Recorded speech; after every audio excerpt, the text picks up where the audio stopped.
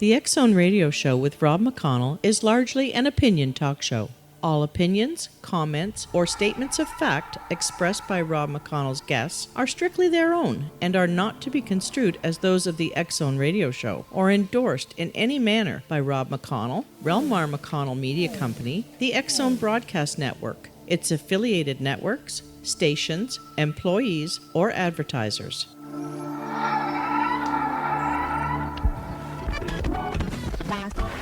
All Hit Radio.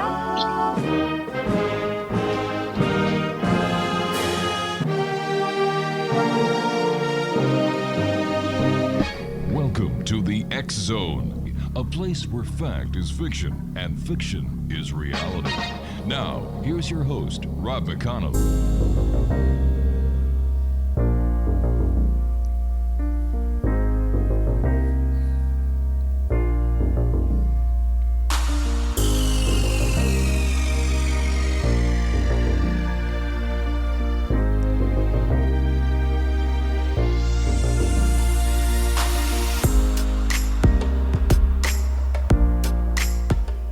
And welcome back, everyone. This is the X Zone. I am Rob McConnell, and we're coming to you from our broadcast center and studios in Niagara, Ontario, Canada.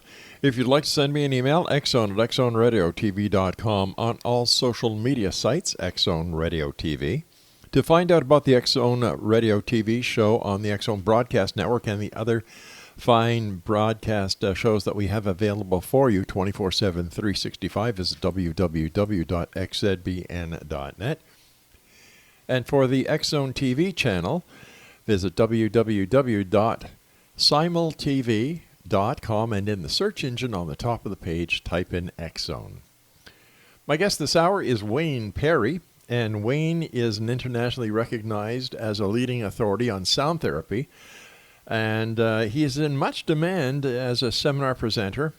He's also the published author, of Sound Medicine. This popular informative book has been distributed worldwide through New Page Books, rated mostly 5 stars on Amazon. Now, Wayne has been applying the diagnostic and therapeutic principles of sound healing and subtle energy to his practice as founder and director of the Sound Therapy Center of Los Angeles, which he established in 1992. This was the first sound healing facility of its kind in Southern California to offer private services, workshops, toning groups, and sound therapy products. At KCLA, Wayne has a private practice as a sound therapist and vibrational healer, where his specialty is using diagnostic voice analysis and the profound therapeutic capabilities of the human voice toward optimal health and wellness. Joining me now from Los Angeles, California, is Wayne Perry. And Wayne, welcome to the X Zone.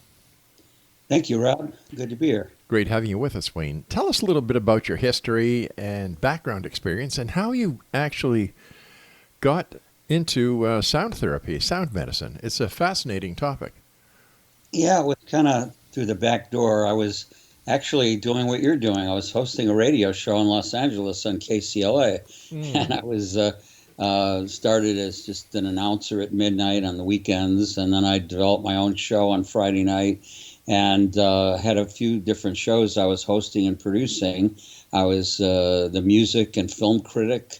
I had an interview show. I was doing a music show, and and the show that I kind of was my favorite was the interview show, because I've always been into personal growth and metaphysics and cutting edge stuff, on the leading edge of personal growth and advancement. And so with that show, I was pre-interviewing people in my living room, channelers, psychics, healers, and to separate the wheat from the chaff, and the people that really were worthwhile and interesting and had something valid to share and say, I would have on my show. And I was like a kid in a candy store. It was kind of my favorite show. And then after 2 years of doing that show, I had the founder of bioacoustics. Bioacoustics, by the way, is the study of the frequencies that emanate from living organisms. And she was the founder from Ohio, and had her on the show actually twice, and we kind of became friends. And then when I took my show to television, I had her as a guest on my TV show as well, and she invited me to participate in her first training in California. I was, a little hesitant at first, but it was so fascinating, the sound therapy. I was kind of actually skeptical at first until I watched these videos of people being healed from severe illnesses, cancer and severe environmental allergies and terminal illnesses. And it kind of really sort of blew my mind. I wanted to know more about it. And through having her on the show and becoming friends, I got insights into it. And then I wound up being one of the 17 participants in her training in California in Culver City. And it was so mind-blowing and eye-opening that I went to Phoenix 2 months later and did the training again, because there was so much to wrap my mind around, like the frequencies of the periodic table, for instance, and a lot of stuff like that. It was just a lot to retain. But after the second time, I knew this was too profound to pass up, because when I was in college in Chicago, I remember reading a number of Edgar Cayce's books, and one of the things he said around 1952 is sound will be the medicine of the future. And I was thinking to myself, the future is now. I really see this as the medicine of the future. And I wound up subsequently canceling all the radio shows I was involved with. I just stuck with Heart Touch. It was Heart Touch with Wayne Perry was the interview show. I just kept that show and did my sound work for free for people initially. I just printed up some brochures and business cards, and I would do friends and family, anybody that was willing to be a guinea pig. And in a matter of no time, I started seeing the results people were getting, and I started working on recording my first CD on sound healing, and it was a real uphill climb. Even with the CD out, people would laugh and say, "Oh yeah, your sound and your voice and your music is going to heal my tumor or my arthritis," and nobody really took it seriously. And most people just kind of laughed about it, and it was quite a struggle initially the first couple of years until I had one of the first great testimonials I had from my first recording, the Cosmic Choir, was a lady, a professor at a university who was scheduled to have her leg amputated at the knee and had gangrene. And I get a letter from her saying that she listened over and over again to the Cosmic Choir, and it seemed to stop the growth of the gangrene, and she didn't have to have her leg amputated. And she wrote me this long, loving, ecstatic letter, and it kind of blew my mind. That was the first really strong testimonial I got. I mean, other than local personal people I was working with. And that sort of was the beginning of the journey. I subsequently left the radio show. I kept the TV show going for 13 years because when I started traveling, I could do the TV show. I could record them in advance and schedule them for air. But the radio show was live, and I couldn't keep up with that because I was traveling all over the world within a couple of years. So that was the beginning. How does sound therapy and sound medicine work? Like this lady who had the gangrene. How does it work? Like this is unheard of. Well, that was kind of mind blowing for me too. Yeah. I mean, I can't even explain how it worked for her, other than the harmonics of regenerative sound that she experienced. Normally, what I do with most clients is a diagnostic sound analysis to determine their personal frequency. That I learned through bioacoustics, and it's really the only thing I still do from my bioacoustic training is the sound analysis. Everything else I do, I kind of developed on my own. But when I do the diagnostic sound analysis, I chart out a person's frequency pattern. I can tell in about 30 or 40 minutes where they're strong and where they're weak, physically, emotionally, vibrationally, because what's in the brain is also in your voice. Our brains are like the home office of our body.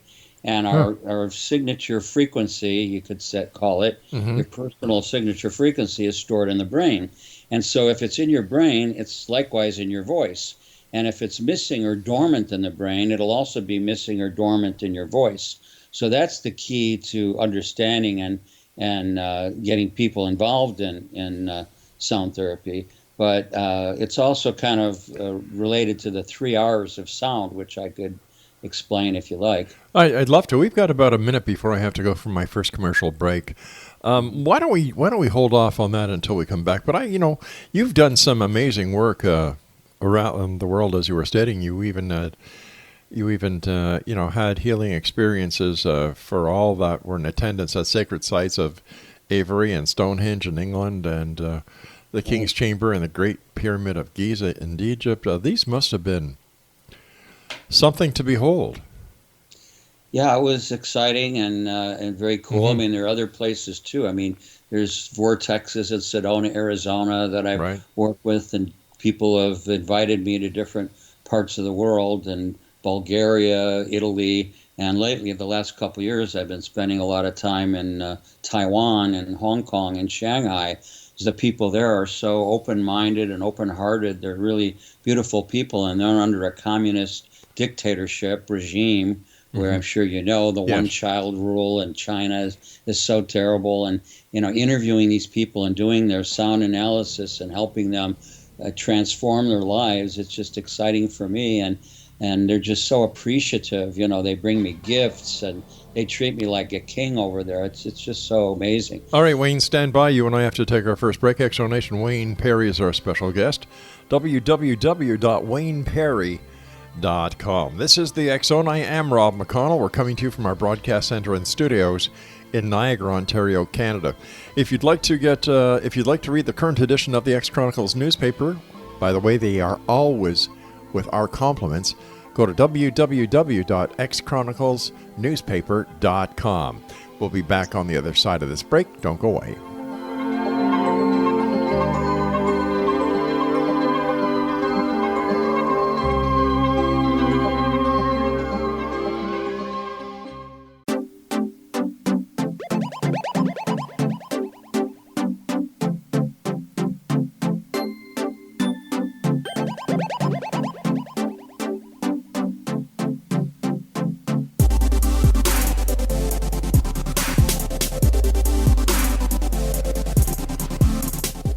Welcome back, everyone. Before we get back to our guest, Wayne Perry, just a reminder that the X Zone Broadcast Network is available 7/24/365 with our compliments.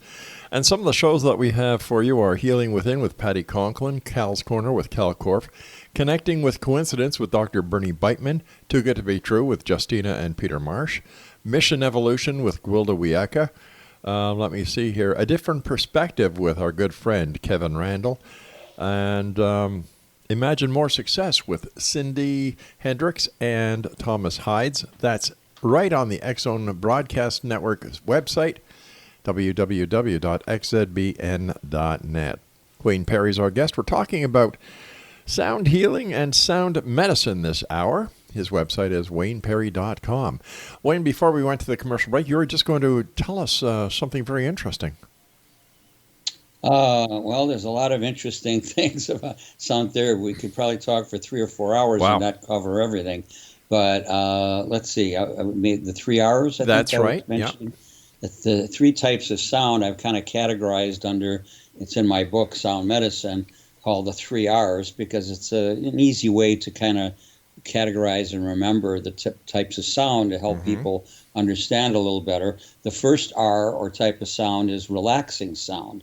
Now, relaxing sound is not really healing sound. A lot of people think that the more beautiful and ambiently relaxing and pretty a sound is, the more healing it is, where it's not at all. In fact, it's usually not a beautiful ambient sound that's going to get rid of a tumor or some major chronic illness.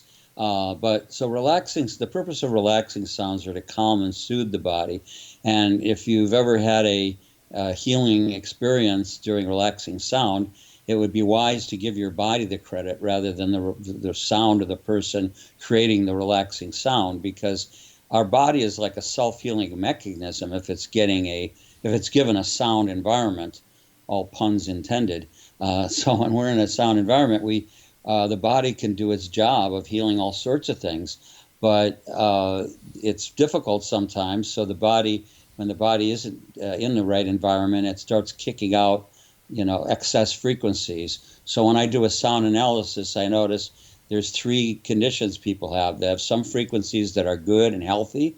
This is the first. The second category is frequencies that are weak and need to be supported with brainwave entrainment, which I could talk about later. It's a very important principle in healing. And then the third condition is excess frequencies, where the body's trying to correct itself and it's not able to do so, so it starts kicking out too much of the wrong frequency. And then there's a backup or blocks in the body that kind of blocks the self-healing process. So those are the three things that I look at when I do a diagnostic analysis, is look for the good, strong sounds, the weak ones, and the excess blocked ones. But anyway, getting back to the 3 R's, so the relaxing sounds calm and soothe the body, but they're not really healing. And I like to mention and digress particularly here, because I don't know how it is in Canada, but in California, the last 2 years we've been inundated with the sound bath fad. And when people that are just getting into sound healing, they say, well, let's go to a sound bath, or there's all this discussion about sound baths, and they're not healthy. I spend a lot of time on social media and doing free presentations and webinars about the dangers of sound baths, because everybody gravitates to them because they're easy. You don't have to do anything.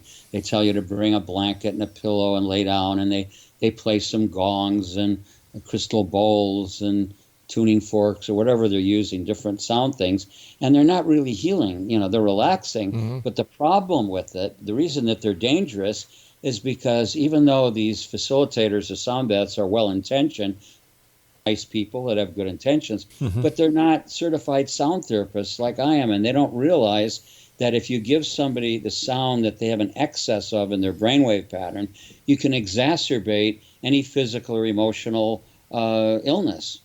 So if sound has the power to heal, it also has the power to harm. Yeah, I was just going to ask you that, with all the data that we're being inundated with these days.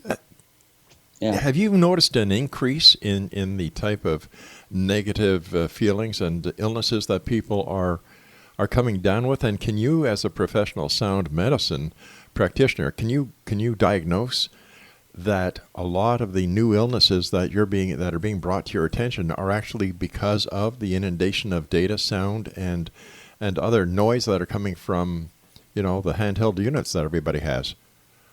Well, to some extent, yeah. I mean, it's hard at this point to know all the details, to be able to research it properly and really eke out some exact understanding of it. But, it goes way back. There's been research. I remember some years ago studying research that people that live within a 5-mile radius of an international airport have a much higher incidence of heart disease. This has been shown over and over again that and so, of course, people that work in the airports, just like in certain factories, they have earmuffs or ear devices, earmuffs, whatever you call them, to block out some of the sounds so that they're not damaged. So there's some of the obvious things like that, but there's subtler things too. There's even been some research about with people living near bridges, the old, big, large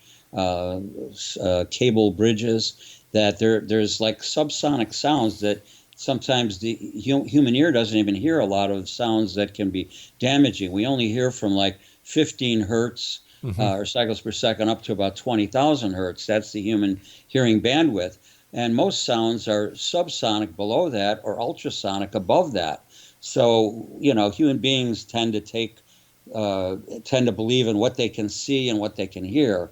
But we don't see X-rays or ultraviolet light, and there's a lot of things we don't see, and there's a lot of things we don't hear. So we have to be somewhat dependent on science and physics and the research that's out there.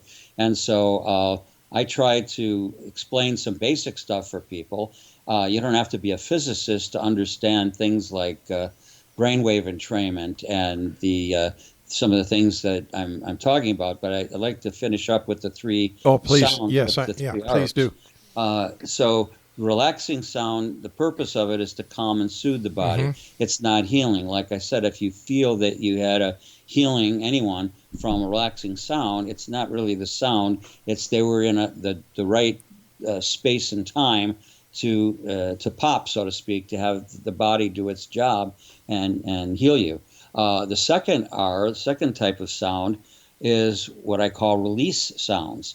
Now, release sounds are very different from relaxing sounds, where relaxing sounds are generally softer volume and kind of in a musical context, rubato, meaning it flows, there's no rhythm or very little rhythm if there is rhythm.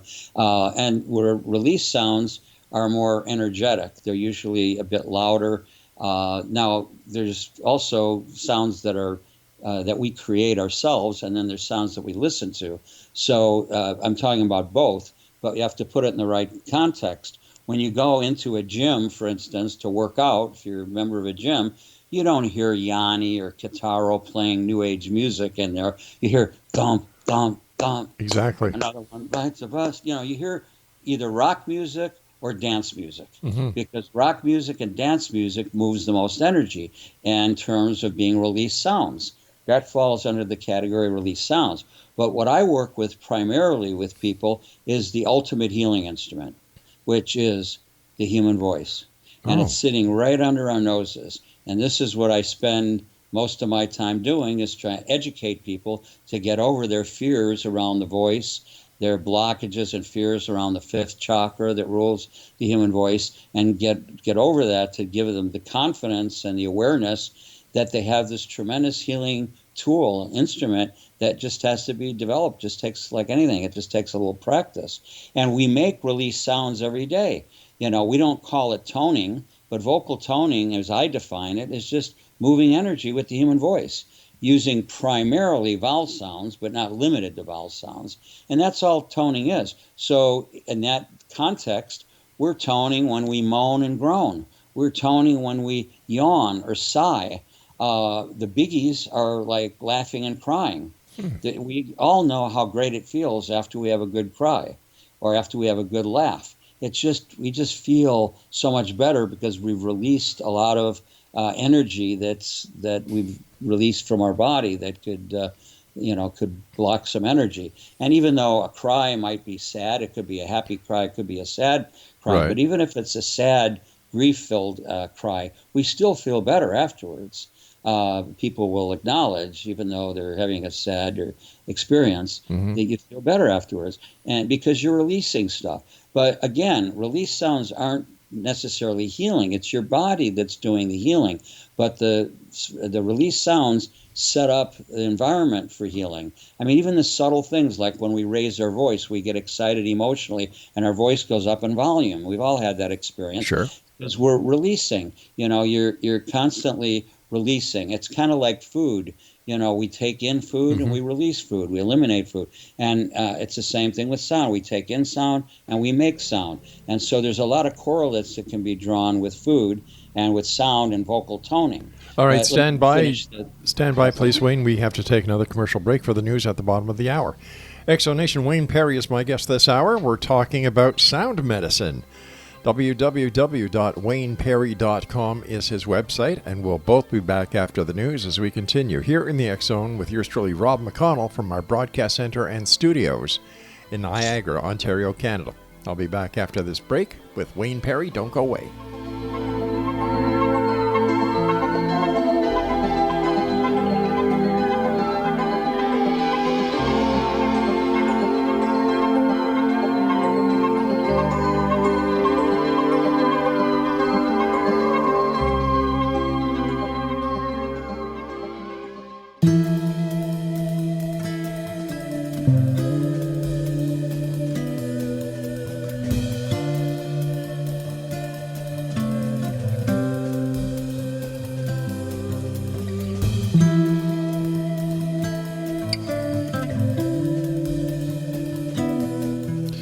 Wayne Perry is our guest, Exonation. We're talking about sound medicine this hour here in the X Zone. And if you'd like to find out more about Wayne and the great work he does, visit his website at wayneperry.com.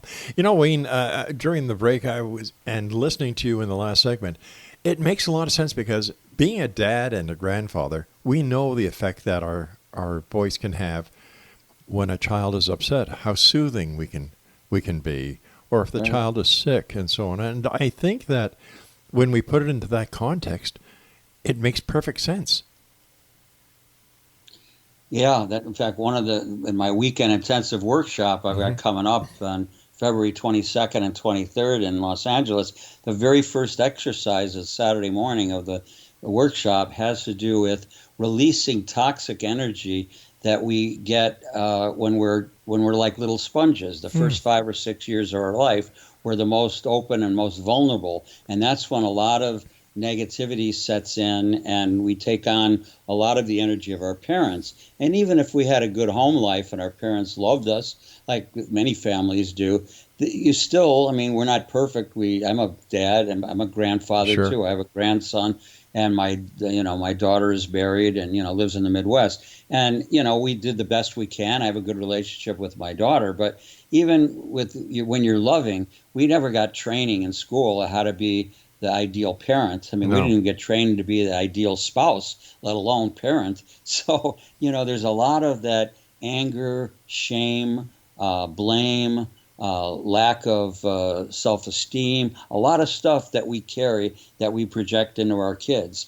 And people carry that energy practically their whole life.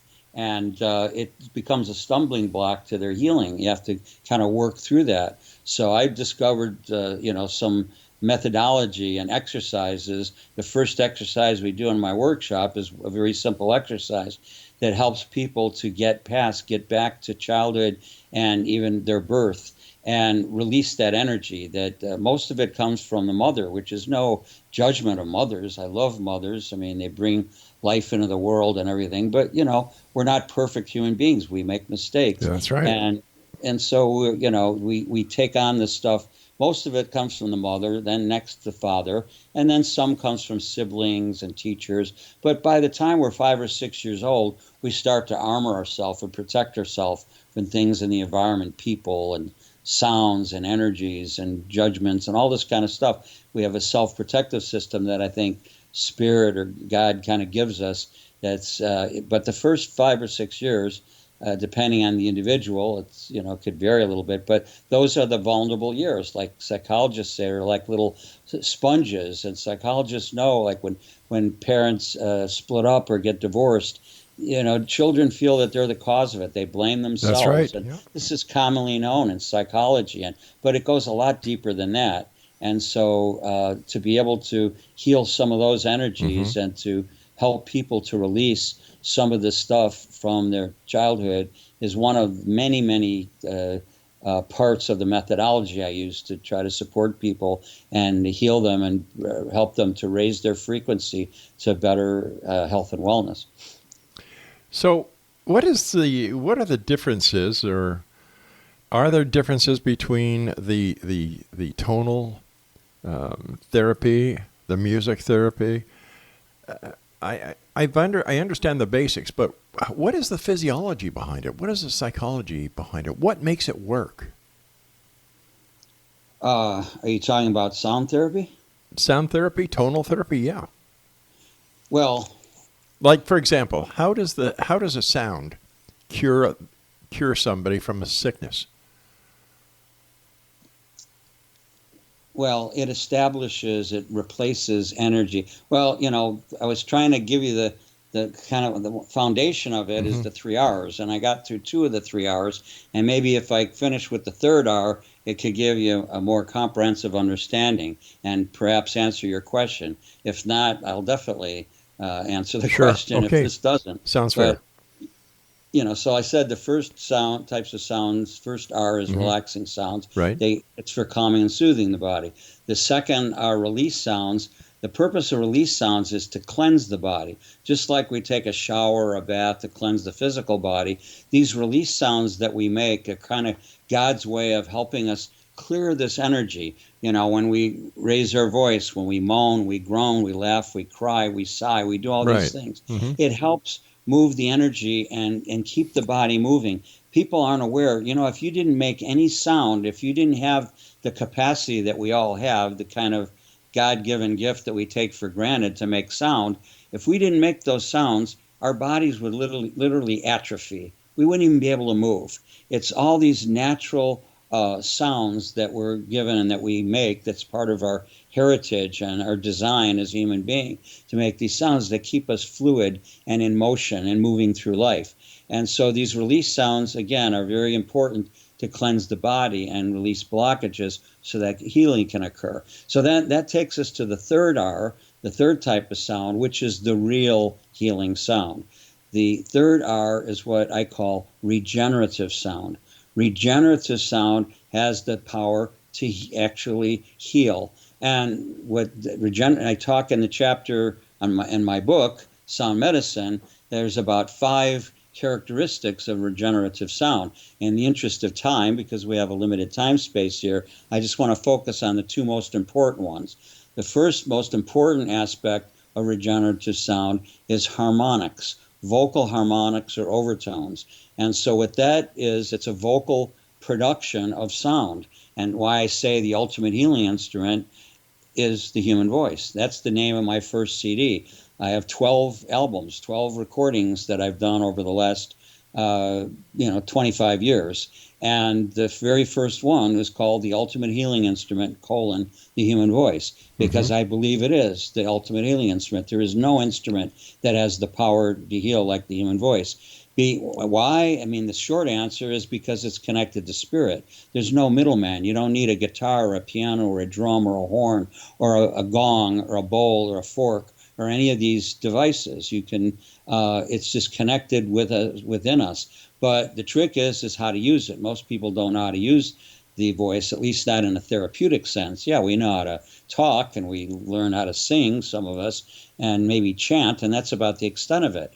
But the other, purpose of the voice is to move energy and to heal, and it's not that complicated a process. But the harmonics and overtones that I'm talking about, that's what people, have a little trouble understanding. It's creating a fundamental tone with the voice.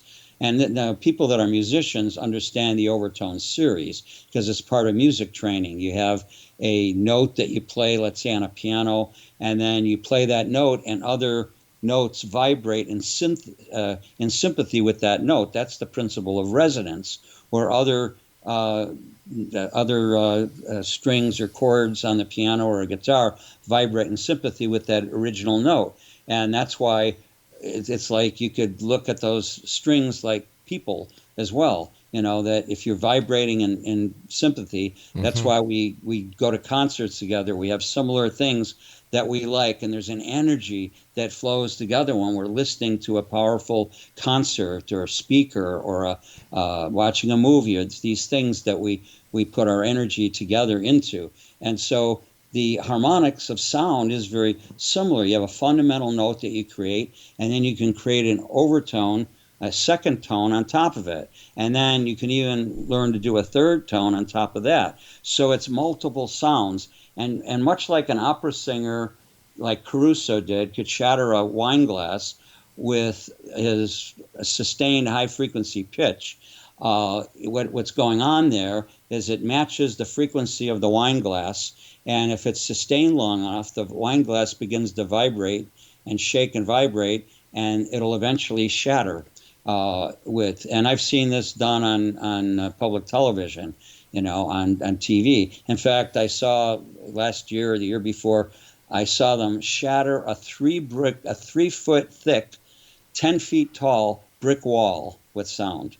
That was an amazing thing. Of course, they didn't do it with the human voice. They had a long, like 15-foot horn, and they hooked it up. I don't know how they did it, what was going on there, but I watched it, and I watched the wall begin to vibrate and eventually shatter from the sound. And then after that, they showed some other things. I mean, that was mind-blowing enough, but then they showed how some police are even using sound. Yeah. And they showed, like, a burglar running from a house, and they had this sound zap. They zapped this guy and knocked him about 3 or 4 feet through the air. In fact, the U.S. military has weapons like that. Yeah. I mean, so there's all kinds of uses for sound. I tend to, avoid. I'm not looking at the destructive aspects of it, which may be helpful or necessary in police work. I don't know. That's not my area of expertise. But I just mention it because of the shattering of the wall with sound. And, it also validates the shattering of the crystal wine glass that could be done with the voice. There was the Memorex commercial with Ella Fitzgerald shattering the glass. Now, I don't know if that was legitimate or if that was staged. I know Caruso could do it, and I've seen it done on public television. But the point, I've even seen levitation done on television, levitating objects, marbles and things. And they say, when I was in Egypt in 1997. All right, we're going to have to hold you off here because I do have to take my final break. X-Zone Nation, Wayne Perry's our guest, www.wayneperry.com. And when we come back, we'll be wrapping up this hour here in the X-Zone from our broadcast center and studios in Niagara, Ontario, Canada. I'm Rob McConnell. We'll be right back after this break.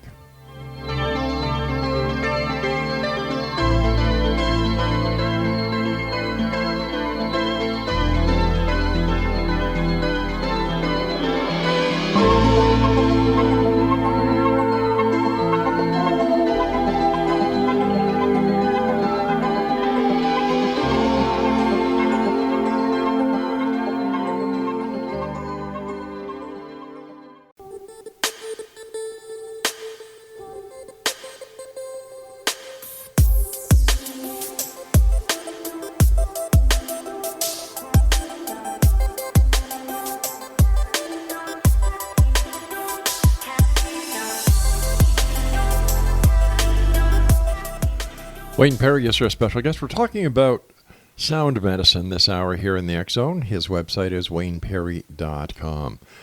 So you and I were talking about the power of sound, and the U.S. military has used sound weaponry in the past. They use sound for psychological warfare, and law enforcement uses it as a non-lethal weapon. Right. So, with everything that is going on, how can we best utilize the sound? And you were saying how the human voice is the best tool of all. So how can we better understand that our own voice is the best tool for sound medicine? Well, the first thing I recommend is for people to get a diagnostic brain voice sound analysis. It takes about 90 minutes to do it properly, and I chart out a person's personal signature frequency by hand while they're on the microphone, and I'm charting out the octaves and frequencies in their voice, and a pattern begins to emerge. Mm-hmm. And in about 30 minutes or so, I can tell where they're strong and where they're weak physically, emotionally, vibrationally, because it's reflecting what's in their brain.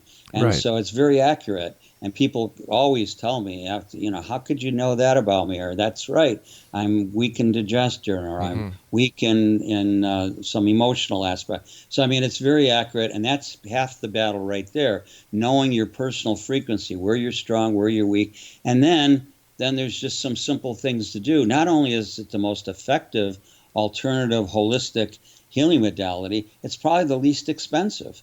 The diagnostic sound analysis is 90 minutes is like less than $200. It's like $185 to do a sound analysis, and you got it halfway done with that. Then the only other thing you need is some recordings, downloads, or CDs, so that you can entrain the brain.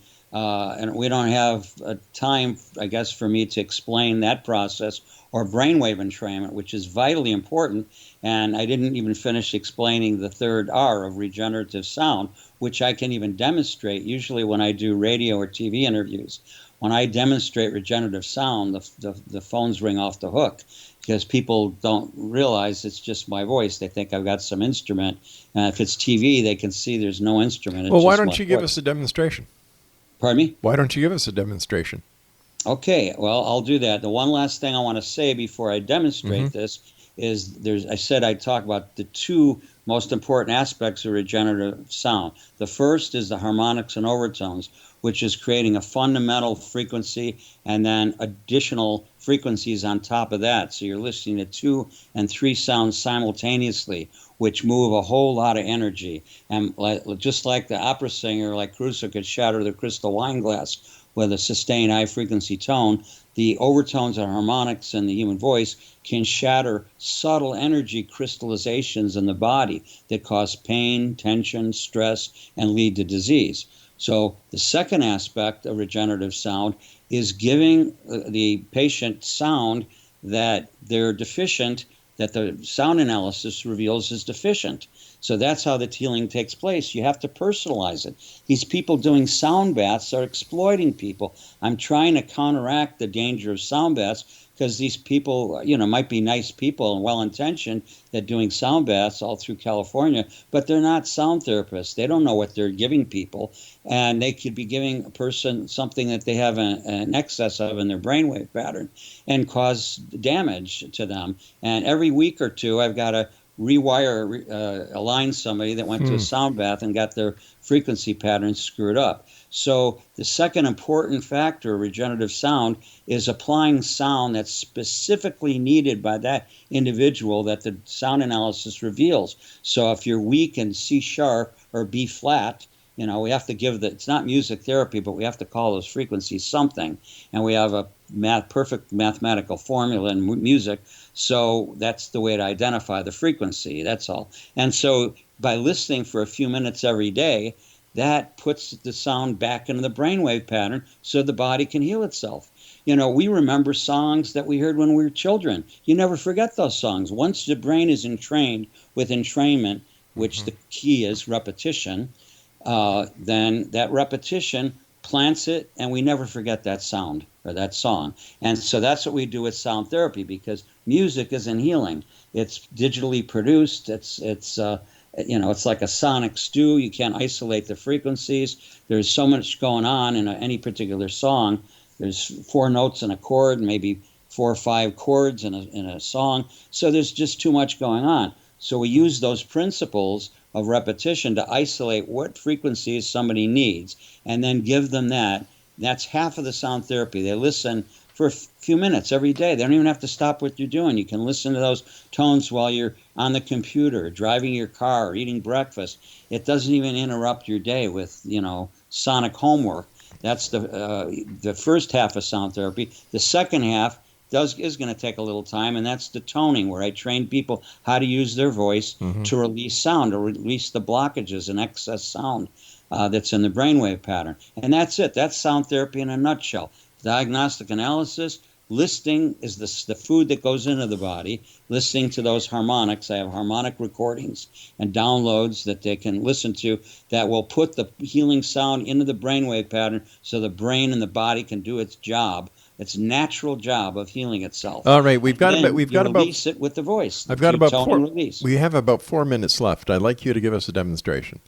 Okay, so I'll start demonstrating by showing the fundamental tone, which there's a fundamental tone in my speaking voice, a singing voice. If I sang a note, I could go, ah.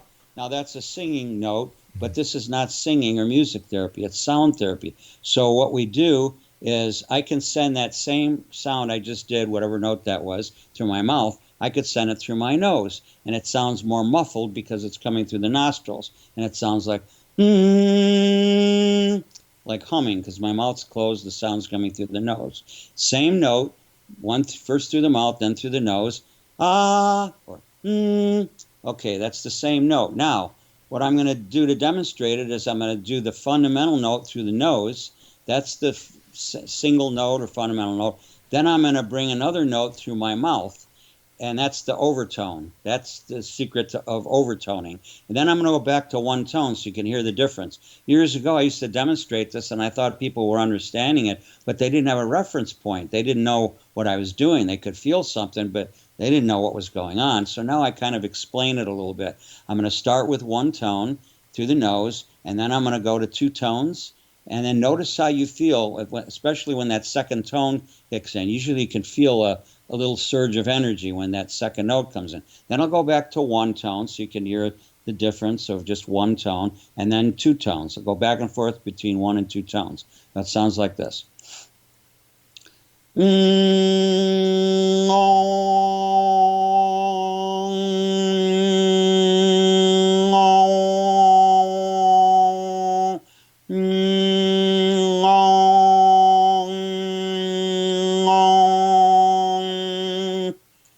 You hear the difference between the 1 and the 2 frequencies? And could you feel any uplift of energy when that second note kicked in? Nope. You didn't? Nope. Well, most people do, but some people don't. You have to kind of be in touch with your body, in touch with sound. It just takes a little listening practice, and you start to feel it. But anyway, that's the difference between 1 and 2 tones, which is overtoning. But now I'd like to demonstrate 3 and 4 tones simultaneously. Sure. This is what rings the phones off the hook, but people think that I'm using some kind of an instrument other than my voice. And this is what really moves energy in the body. And if you don't feel this, well, then you got some work to do with your focusing and your vibing with sound. But it is what it is. Everybody's exactly where they're supposed to be in this now moment. So I'm going to start with 1 tone. I'm going to go into 2 and then 3 and 4 tones, and I'm going to go up and down through the scales and see what you hear, see what you feel. And I usually guide people through this in a certain way that we don't really have time to. Instead of just listening with their ears, I tell them, listen with your feelings, with your skin, with your gut, with your whole body. It's only going to take about 60 seconds or so. Mm-hmm. But if you just stay focused and receive the sound, with the ears, you're kind of locked in your left brain. We have 60 seconds. Yes. So it sounds like this.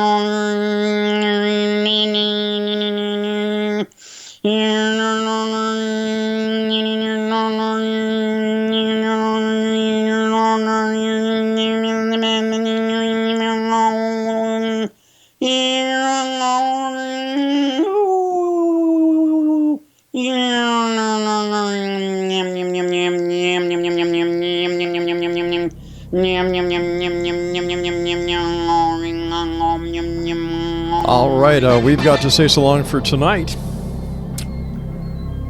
I don't know, Exo Nation. Personally, I found that very annoying. I think we're going to have to take some pills. I'll be back on the other side of this commercial break as we continue here in the X Zone with yours truly, Rob McConnell, from our broadcast center and studios in Hamilton, Ontario, Canada. No, we're in Niagara, Ontario, Canada. You'd think after, nearly 5 months, Craig, of being here in Niagara, I'd get it straight. But according to the people that we have on the show, it's normal. After doing the show in Hamilton for nearly 30 years, well, there you go. This is the X Zone. I am Rob McConnell from our studios and broadcast center in Niagara, Ontario, Canada. Don't go away.